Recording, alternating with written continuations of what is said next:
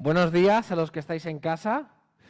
Hacía, yo creo que meses que no venía a predicar a Santa Coloma, así que es para mí un placer estar con vosotros desde donde estáis, sabiendo que vuestro corazón está aquí y también pues con los que estáis presentes en esta mañana sufriendo el temporal de ¿cómo es? Filomera, aquí en el local, porque tenemos el aire caliente puesto.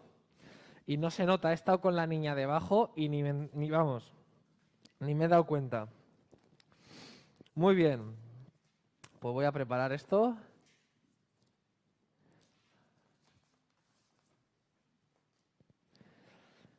Qué pena, si estáis ahí os puedo ver.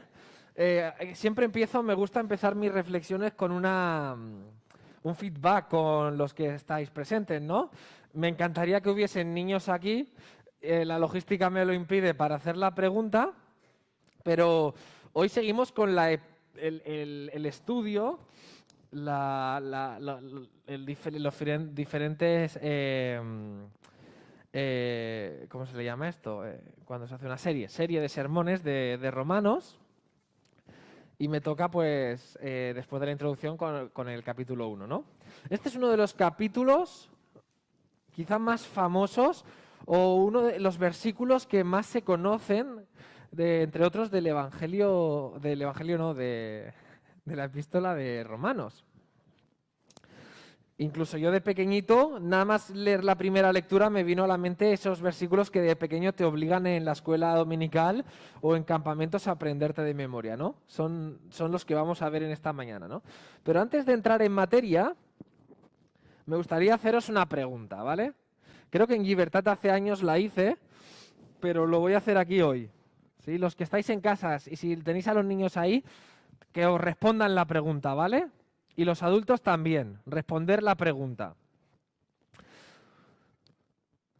No sé cuántos de vosotros creéis en los superhéroes.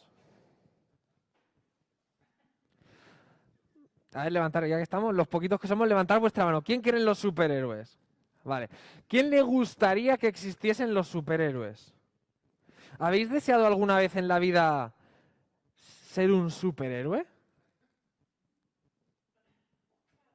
Sí, ¿no? O sea, yo he llegado a tener la sensación de ir por la calle y de cerrar los ojos y decir, nadie me ve, ojalá pudiese salir volando. ¿Sabes? Como esa sensación de salida de turbo, como Superman. Pero lo he deseado, incluso anhelado, ¿no? Pero sabemos que los superhéroes son lo que son, pero si tuvieseis que decidir escoger un superpoder, ¿vale? Imaginaos que Dios os da la oportunidad de decir, escoged un superpoder. Venga, niños, ¿eh? ¿Qué superpoder escogeríais? Uno, ¿eh? De todos los que puedan existir, ¿qué superpoder? Os voy a dar tiempo, porque esto requiere meditación. ¿Qué superpoder? ¿Hay algún niño que se atreva desde casa a decir algo? Ahí en la familia Barrachina César, y no veo más niños, ¿no? Pero ahí hay tres. Alguien que diga qué superpoder escogería Matías, Julieta, Carolina, uno de vosotros, que me diga un superpoder. Ay, Carolina.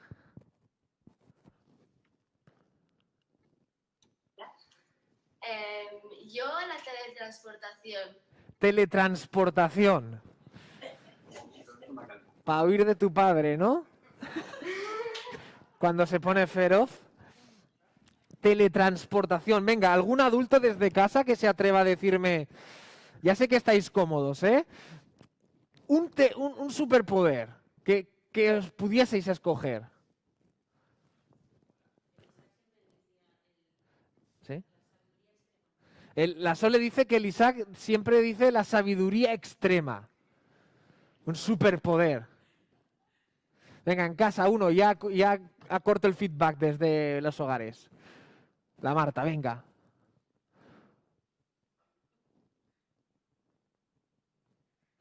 Ha quitado la imagen. El superpoder de que vuelva la imagen.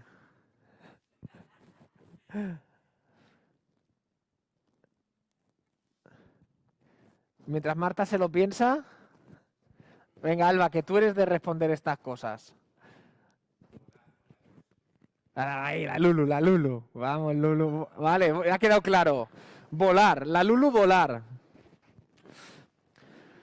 Vale, gracias a todos. Un superpoder. Nos encantaría poder tener un superpoder, ¿verdad? ¿Creéis que la Biblia habla de un superpoder que tenemos los creyentes? El texto de esta mañana dice que todos los creyentes tenemos un superpoder. Permitidme el término este, ¿eh? Vamos a leer el texto que nos toca hoy, que es cortito, pero muy intenso. Versículos, vamos a leer Romanos capítulo 1, versículos 16 al 23. Romanos 1, versículos 16 al 23. ¿Sí? Dice así la palabra de Dios. Dice, este es Pablo que habla a los romanos y les dice, porque no me avergüenzo del Evangelio, porque es poder de Dios para salvación a todo aquel que cree, al judío primeramente y también al griego. Porque en el Evangelio la justicia de Dios se revela por fe y para fe. Como está escrito, mas el justo por la fe vivirá. Dice, porque la ira de Dios se revela desde el cielo contra toda impiedad e injusticia de los hombres que detienen con injusticia la verdad. Fijaos que es un lenguaje como de superpoderes. Porque lo que de Dios se conoce les es manifiesto, pues Dios se lo manifestó. Este versículo es famosísimo, porque las cosas invisibles de Él, su eterno poder y deidad, se hacen claramente visibles desde la creación del mundo, siendo entendidas por medio de las cosas hechas, de modo que no tienen excusa. Pues habiendo conocido a Dios, no le glorificaron como a Dios ni le dieron gracias, sino que se envanecieron en sus razonamientos y su necio corazón fue entenebrecido. Profesando ser sabios, se hicieron necios, y cambiando la gloria de Dios, incorruptible en semejanza de imagen de hombres corruptibles, de aves, de cuadrúpedos y de reptiles. Hasta aquí el texto que me toca compartiros en esta mañana. Fijaos cómo empieza, porque no me avergüenzo del Evangelio.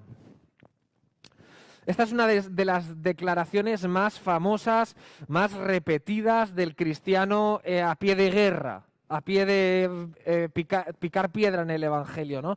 No me avergüenzo del Evangelio. Unas palabras potentes que el mismo apóstol Pablo dijo. Y si analizamos el contexto en el que Pablo dijo estas palabras, todavía cogen más relevancia. Fijaos, Pablo acaba de decir en la introducción que vimos la semana pasada que está deseoso de ir a Roma, a ver a los romanos, a compartir con ellos el Evangelio. ¿Sabéis lo que suponía eso? Ir a Roma a predicar el Evangelio. Fijaos, los romanos estaban conquistando el mundo entero, habían vencido al imperio griego. No cualquier imperio. Estaban trayendo su cultura nueva, imponiéndose a las filosofías griegas, que surgió todo en la cultura grecorromana. Y en medio de eso aparece el Evangelio.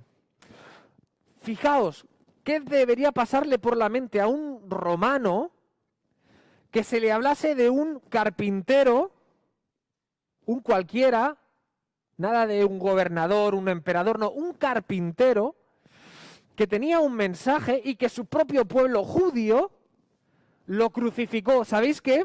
La ley romana impedía que un romano muriese crucificado. Era una muerte tan vergonzosa que el Imperio Romano prohibía que cualquiera de sus ciudadanos fuese crucificado. Así que imaginaos a Pablo yendo a Roma a presentar, a publicitar, permitidme esta expresión, a proclamar un mensaje de salvación a través de un humanamente mediocre carpintero. Por eso Pablo utiliza esta expresión de no me avergüenzo. Podríamos incluso traducirlo como estoy orgulloso del Evangelio. Así que cuando tenga la oportunidad de ir a veros, a pesar de todo lo que puedan pensar de mí, fijaos, Pablo ya tenía la trayectoria de tener fama de haber sido expulsado de ciudades, de haber sido apedreado hasta el punto de casi morir, de haber sido maltratado por ese mensaje. Pues él, a pesar de todo lo que había vivido y la fama que tenía, no se avergonzaba de predicar el Evangelio. ¿Pero por qué no se avergonzaba? Porque tenía el superpoder. Porque Pablo tenía un superpoder, que era el Evangelio en sí. Ese mensaje que él comunicaba tenía poder en sí mismo. Y lo había experimentado primero en su vida, al ser transformado, y lo había visto en miles de personas a lo largo de su ministerio, ¿no? Así que Pablo no se avergonzaba del Evangelio. Mirad, cuando leemos en 1 Corintios capítulo 1, versículo 18, dice, porque la palabra, el mismo apóstol dice, porque la palabra de la cruz es locura a los que se pierden, pero a los que se salvan, esto es, a nosotros, es poder de Dios. Así que Pablo estaba convencido de que Dios le había capacitado con un superpoder que era el Evangelio para transformar y calar vidas, y que a pesar de que para muchos eso era una locura, él confiaba plenamente de que valía la pena. En la misma carta de 1 Corintios, capítulo 9, versículos 16, dice, ¡ay de mí! Pablo llega a expresar a los corintios, ¡ay de mí si no anunciare el Evangelio! Ya no solo es que se enorgullecía, sino es que él sabía que era una responsabilidad y un deber que no podía menospreciar, ¿no? Sabía que tenía tal poder que es como si Superman, teniendo el poder que tenía, viese a alguien muriendo a punto de jugarse la vida y Superman no hiciese nada, ¿verdad? Sería frustrante no haberlo aprovechado el poder. Pues Pablo sabía que lo que él tenía que utilizarlo, ¿no? Nosotros los creyentes así somos bienaventurados, privilegiados, que comunicamos y transmitimos este poder porque sabemos que tiene poder y, como dice el texto, tiene poder para salvar. Hay una alerta que encontramos en Lucas que el Señor Jesús mismo, utilizando el poder del Evangelio, dijo a sus discípulos. Lucas capítulo 9, versículo 26 dice, porque el que se avergonzare de mí y de mis palabras, de éste se avergonzará el Hijo del Hombre cuando venga en su gloria en la del Padre y de los santos ángeles, ¿no? Así que ya no solo tenemos la responsabilidad de no avergonzarnos del poder que Dios nos ha dado de transmitir el Evangelio, sino que tenemos la necesidad de compartirlo y la responsabilidad u obligación de llevarlo a cabo. Porque si no, si nos avergonzamos, corremos el riesgo de que nuestro mismo Señor Jesucristo, cuando estemos delante del Padre, Él se avergüence de nosotros. Pero vuelvo al primer punto, no lo hacemos, no nos avergonzamos del Evangelio porque nos dé vergüenza. No sé si os ha pasado a vosotros. Nunca, cuando era niño, entendí por qué Superman se escondía de ser Superman. ¿No lo habéis parado a pensar alguna vez? ¿Por qué Superman para salir volando tenía que irse y como ponerse el traje y salir volando? ¿Era porque se avergonzaba Superman de ser Superman? ¿Qué pensáis? ¿Por qué lo hacía? ¿Por qué Superman se esconde de su apariencia pública y su superpoder lo oculta? probablemente lo haría porque, igual que un jugador de fútbol, Messi se esconde cuando va a comprar, porque al final no tendría vida. Porque si Superman tendría que vivir todo el día haciendo de Superman y no tendría vida privada, ¿no? ¿No creéis que podría ser por eso que el director de Superman lo decidió? Seguramente Superman no se avergonzaba de su poder, simplemente tenía que, del mismo modo, los creyentes, a veces, tenemos el complejo de Superman. Nos escondemos del poder que tenemos. ¿Pero es verdad que es así? No, nos escondemos porque sentimos vergüenza de lo que decimos. Y eso es lo que Dios no quiere que pase, porque tenemos que estar convencidos que el poder es el único poder que puede salvar vidas. La palabra poder en este texto quiere decir literalmente, en griego es dinamis o dunamis, ¿vale? Que como en español, ¿qué palabra tenemos con dinamis? Dinamita. Dinamita. La palabra dinamita viene de la misma raíz. Es más literal todavía. El poder de Dios es como dinamita. Cuando nosotros compartimos el Evangelio, estamos compartiendo una bomba, pero no es una bomba destructiva, es una bomba como un cincel, para transformar, para moldear. Tiene un poder de transformación como ninguna otra filosofía, como ningún otro mensaje hay en la humanidad, porque es el poder obrando de Dios en la vida de las personas, el Evangelio, la buena nueva de Dios. Esto tiene más relevancia todavía cuando vemos el Imperio Romano. Estaban en un momento de poderío absoluto. Ellos eran el poder. Así que Pablo utilizase esta expresión de que él tenía el poder, que en su mensaje estaba el poder, no en el mensaje del gobernador, no en el mensaje del emperador. El poder estaba en el Evangelio que él comunicaba. Eso era chocante para los romanos en aquella época, pero Pablo nuevamente no se avergüenza, aunque eso le implique ir hasta las últimas con su propia vida, ¿no? Dice el texto que es poder de Dios para salvación. Es poder de Dios para salvación a todo aquel que cree, al judío primeramente y también al griego. Es interesante, y esto es un matiz ya teológico, que cuando dice Pablo que es a todo aquel que cree, es aquella persona que recibe el Evangelio en el momento, tiene la oportunidad de ser salvo. No es una hipótesis, es una posibilidad, sino que si tú crees de verdad en el Evangelio, hay poder en ese mismo momento para tu vida, ¿no? Primero al judío, también al griego. Hemos de entender esta expresión dentro del contexto de la época, y es que el pueblo judío fue el primer pueblo escogido para ser salvo, la nación salva. Así que Pablo da a entender claramente, cuando dice al griego, se refiere a los gentiles, que ese poder no solo es para salvar a judíos, sino que realmente ese poder es capaz de salvar a cualquier otra persona que pise la tierra, ¿no? Ese es el poder del que nos está hablando Pablo, y no se avergüenza de él. Versículo 17, porque en el Evangelio la justicia de Dios se revela por fe y para fe, como está escrito, mas el justo por la fe vivirá. Fijaos, cuando preparaba este sermón, ¿por qué te ríes, Rebeca? Cuando preparaba este sermón me estanqué en este versículo muchísimo.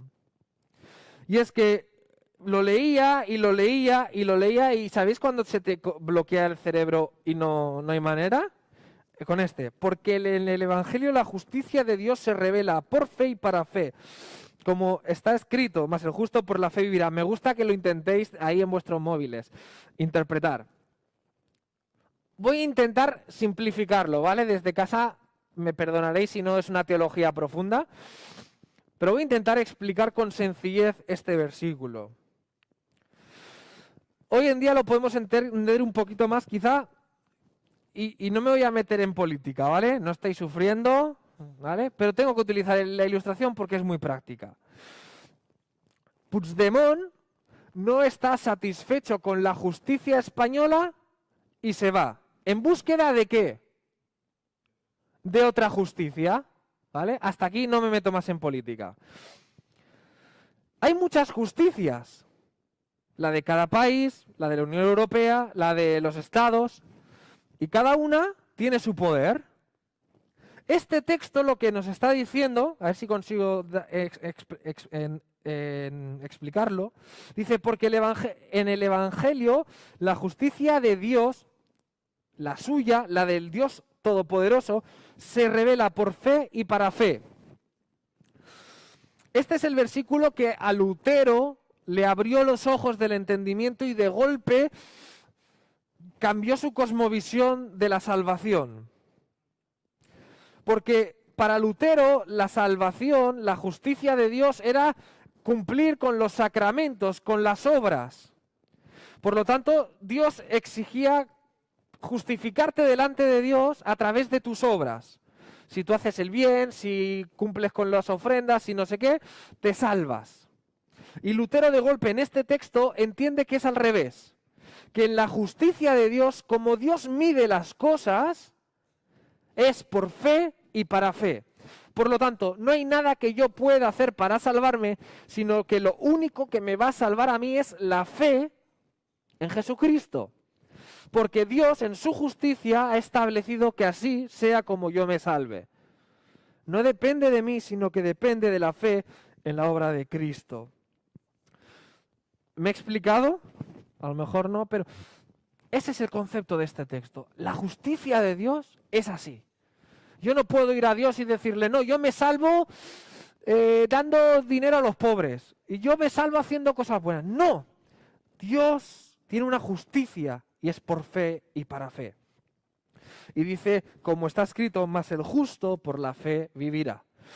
Y esta es una expresión que sale 3 veces en el Nuevo Testamento y que proviene de Habacuc, capítulo 2, versículo 4, que dice, he aquí, aquel cuya alma no es recta, se enorgullece, mas el justo por la fe vivirá. Y no puedo entrar por tiempo en este texto, pero es espectacular el texto de Habacuc.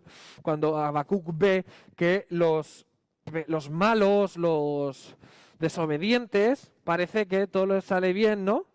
Y el justo, pues como que al final es el pobre que muere y se acabó, no. Mas el justo, le dice el Señor a Habacuc, el justo por su fe vivirá. La fe en el Salvador. Y lo que hace Pablo es meter este versículo aquí para, entiendo yo, para avalar su mensaje. No se está inventando una nueva justicia de Dios, sino que lo que está transmitiendo es la justicia que ya desde el Antiguo Testamento se venía anunciando. La justicia de Dios a través de una fe en Dios y en el Dios encarnado en la persona de Jesucristo, ¿no? Así que creemos que hay un poder, creemos que es poder de Dios, que lo tenemos en nuestras manos y que es un poder que sirve para salvar vidas y que proviene de una justicia elaborada y diseñada por Dios mismo. Vamos al versículo 18, dice, y esto sí que a mí me ha impactado, dice, porque la ira de Dios, entramos otra vez en el lenguaje de los poderes, porque la ira de Dios se revela desde el cielo contra toda impiedad e injusticia de los hombres que detienen con injusticia la verdad, hasta aquí. ¿No? ¿No es lenguaje de película? La injusticia, la ira de Dios, ¿no?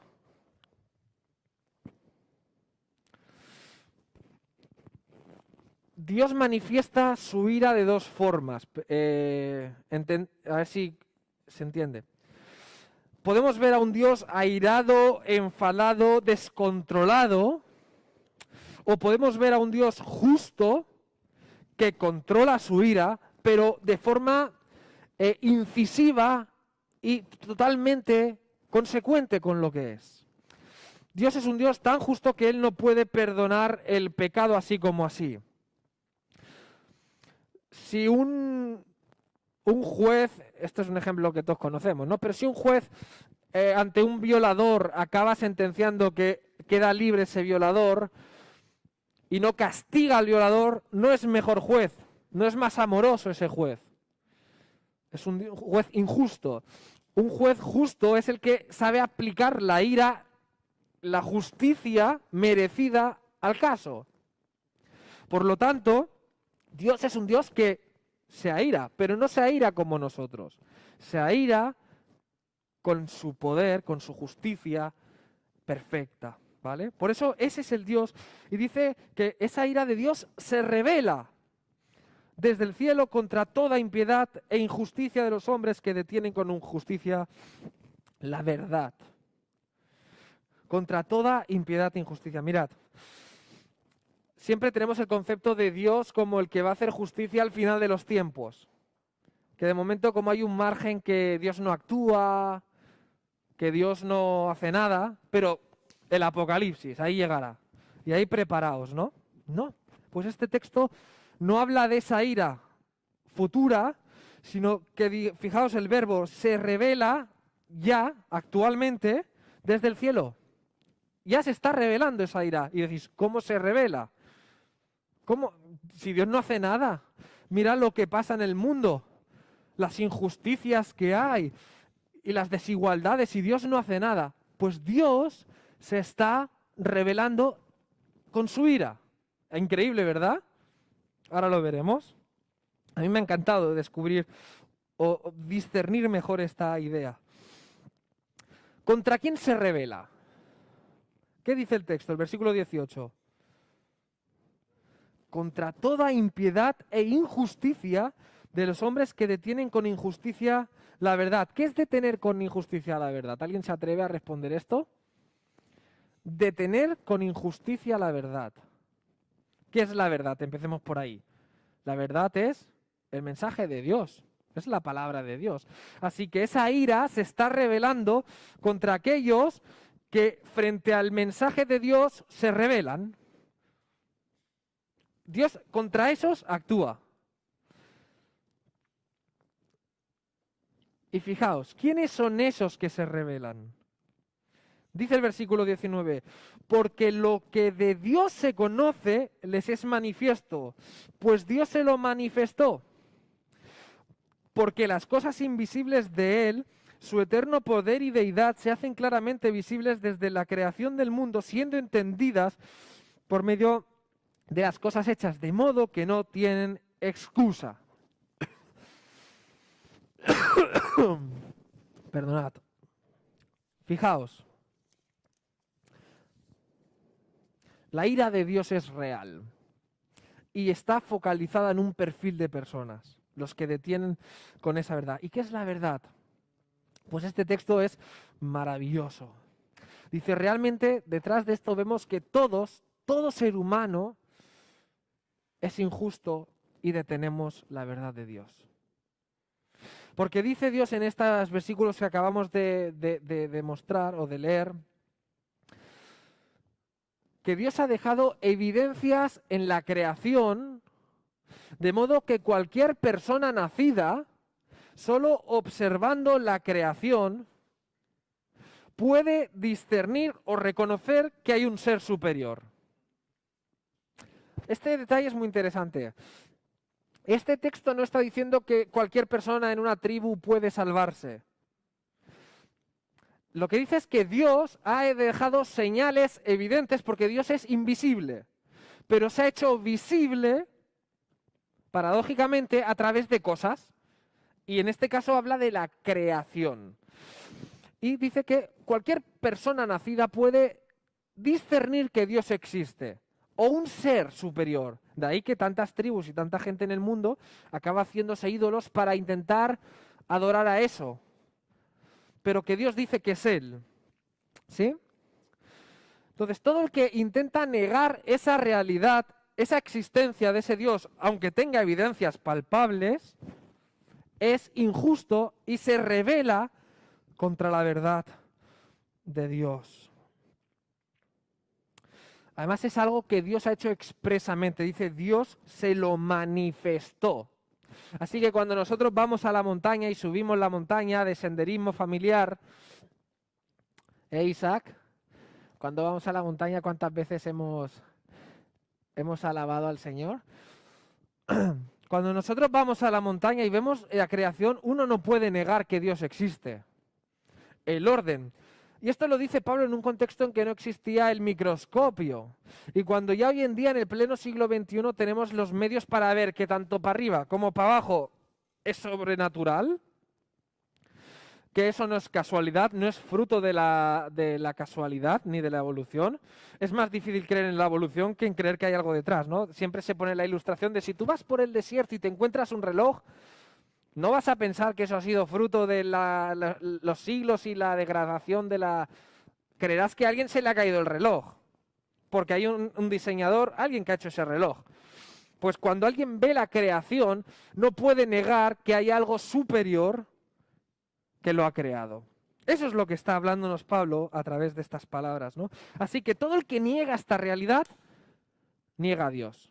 Y lucha, entonces ya si eres además activo en contra de Dios, los llamados ateos, que no yo creo que no existen, simplemente cambian. El ateo en realidad lo único que dice es, a ese Dios que se ha revelado no quiero creerle. Ya me busco otro Dios y le cambio el nombre. Entonces, eso es de lo que nos está hablando. Y fijaos, dice el texto que dice, lo que ha revelado Dios en estos elementos es su poder y su deidad. No está revelando que Dios es amor. No está revelando que Dios viene a salvar. Lo que revela la creación es su poder, o sea, la magnificencia de ese Dios. Insostenible, o sea, inalcanzable.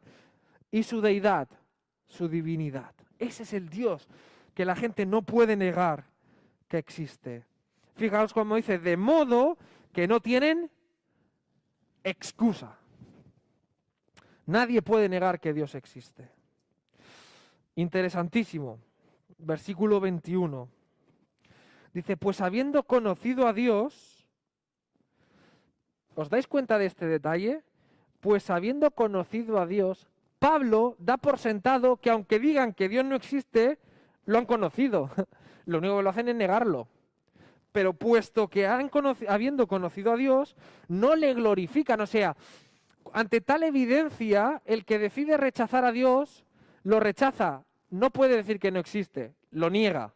Y por lo tanto, no le glorifican como a Dios, ni le dieron gracias, sino que se envanecieron en sus razonamientos y su necio corazón fue entenebrecido. Profesando ser sabios, se hicieron necios. ¿Os dais cuenta? Para Pablo no hay quien niega a Dios.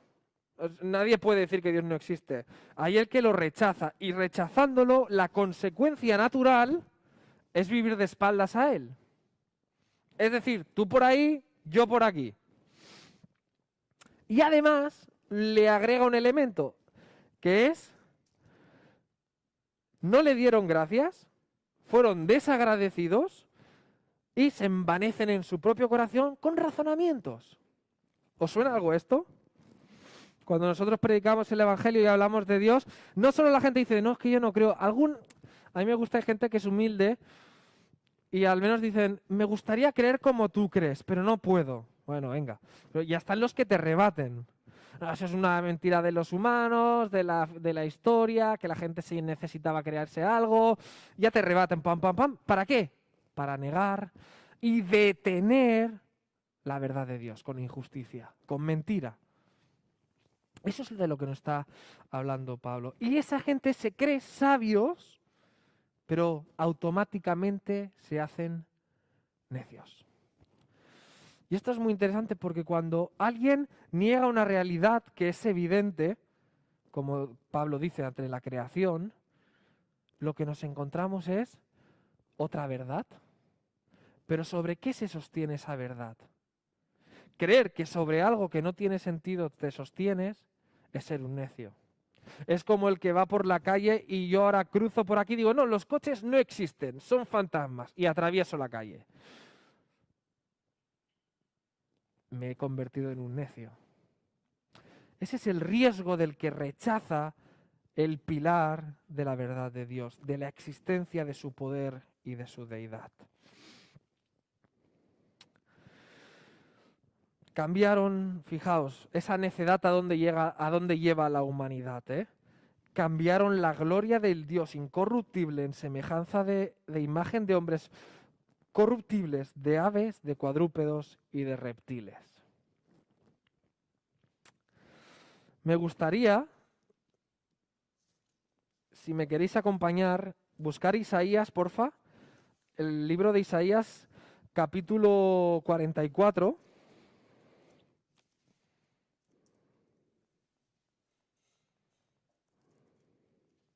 Isaías 44, versículos 9 al 20, pero vamos a leer menos.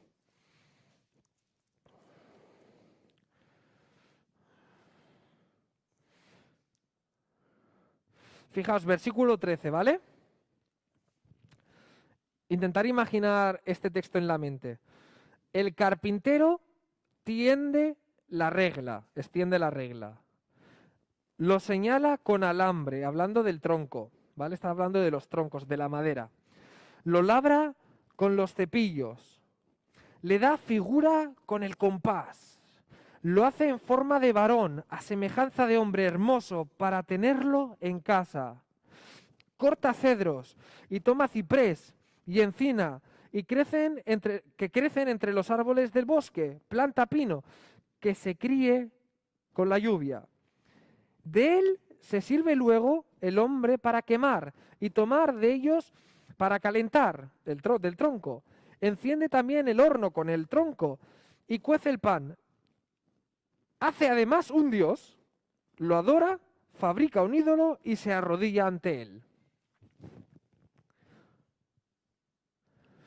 Si por un momento eliminásemos a Dios y lo que sabemos de él, y alguien te dice que él se ha diseñado se ha fabricado un cagatío y lo adora, es que hasta el menos listo de clase se reiría de él. Pues hasta ese punto llegáramos la humanidad. El ser humano, con tal de negar a Dios, somos capaces de diseñar nuestro propio ídolo, yo mismo, de ese tronco que lo veo bonito, convertirme en algo eso y adorarle. Esa es de la necedad de la que estamos hablando. Es lo que hizo el pueblo de Israel, ¿os acordáis? El pueblo de Israel sale de Egipto. No sé si os viene a la mente. Está Israel a los pies de la montaña. Es tan aturdidor el sonido de la bocina en la montaña que Dios dice que le hace a Moisés vallar la montaña para que no atraviesen los israelitas el monte, porque la gloria de Dios podría consumirles. Ellos ven eso con sus ojos. Le dicen a Moisés que por favor que interfiera para que Dios no acabe con ellos. Y a los días convierten ese Dios en un becerro de oro. Porque como ha tardado en responderles, cogen, deshacen no sé cuántos kilos de oro y convierten a un becerro de oro para adorarle. Así de ingenuos somos la humanidad, con tal de rechazar o dar la espalda a Dios. Voy a ir acabando.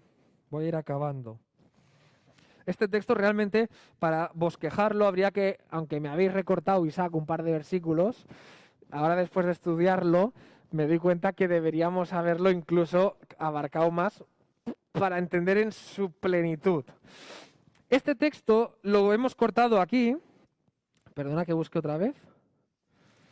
Lo hemos cortado aquí, ¿vale? Pero tiene una inercia este pasaje, ¿vale? Que lo hemos acabado en el 23, pero lo que está haciendo Pablo en la estructura de este texto es decir, este Dios existe, este Dios se revela contra la ira y da tres motivos en los que Dios está mostrando su ira. El primero es el que hemos visto ahora, que es con este punto que acabamos de ver, que tiene que ver con que habiendo visto lo que Dios es, la gente que hace cambia a Dios por otras cosas, ¿no? Literalmente dice el texto,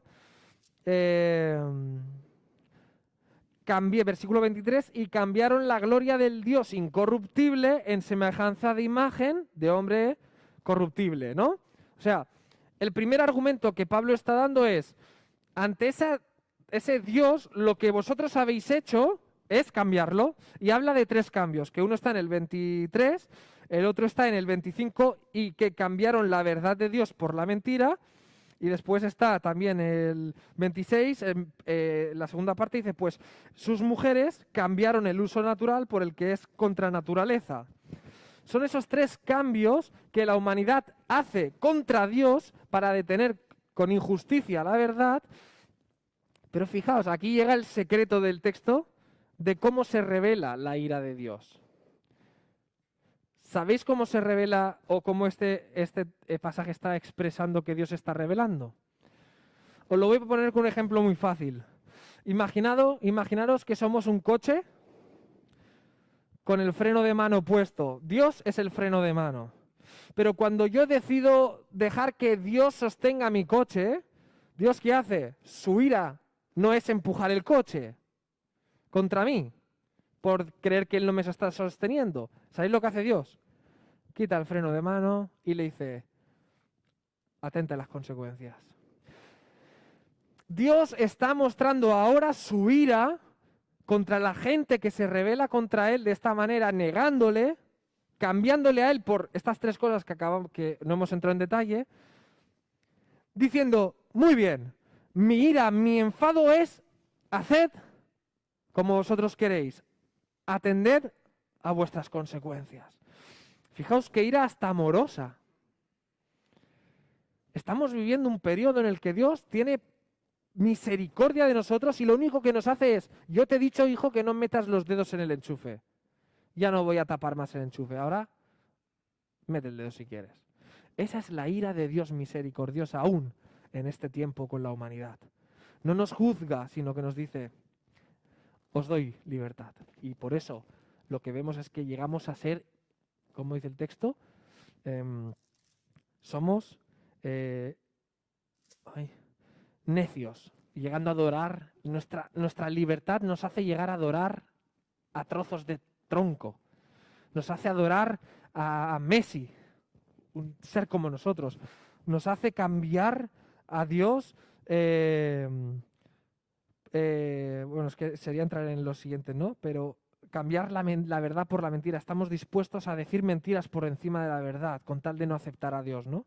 O incluso a nivel sexual, como dice el texto más adelante, cambiar la realidad sexual para... Eso es la consecuencia de darle la espalda a Dios y de rechazar su verdad. Acabo. La palabra cambiar en Romanos aparece 3 veces. La primera, como hemos visto, tiene que ver con que cambiamos a Dios por una figura, lo cambiamos por la mentira, cambiamos por la sexualidad, pero aparece una última vez. Romanos capítulo 8, versículo 32. Esta es la 4ª vez que Pablo va a utilizar la palabra cambiar. Romanos 8, versículo 32. Agarraos que vienen curvas, como dirían. El que no escatimó ni a su propio Hijo, sino que lo entregó por todos nosotros, ¿cómo no os dará también con Él todas las cosas? Ahora estoy perdido. No. Creo que es este entregó, ahora sí me lo he subrayado aquí. Este entregó es como, creo que en el griego es cambiar.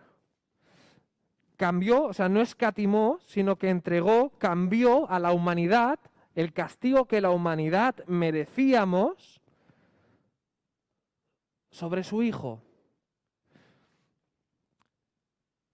Ese fue el amor de Dios a la humanidad, cambiarnos a nosotros por Dios, por el castigo que merecíamos, y puso a su Hijo que cargó sobre nosotros el pecado. No escatimó, no se limitó a no ceder a su Hijo, sino que lo entregó por todos nosotros.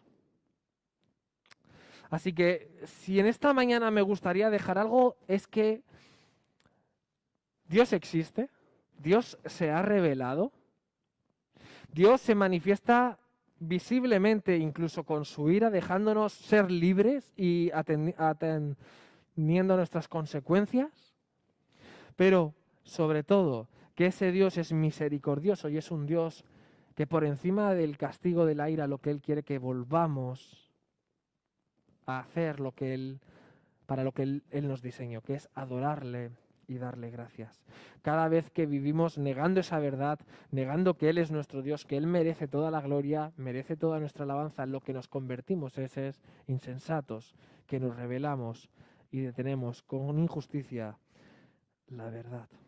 Pues que el Señor nos ayude a no avergonzarnos del Evangelio, a estar convencidos que el poder de Dios, la palabra de Dios transforma vidas y que es un poder existente y que Dios ha cedido en nuestras manos para que este mundo que le rechaza, que le niega, que le cambia, pueda volver a sus brazos. ¿Acabo esto con una oración? Adri, no sé si... Vale, pues después de la oración, pues entonces dejo que Jesús ore. ¿Sí? Jesús, pues hasta aquí mi parte.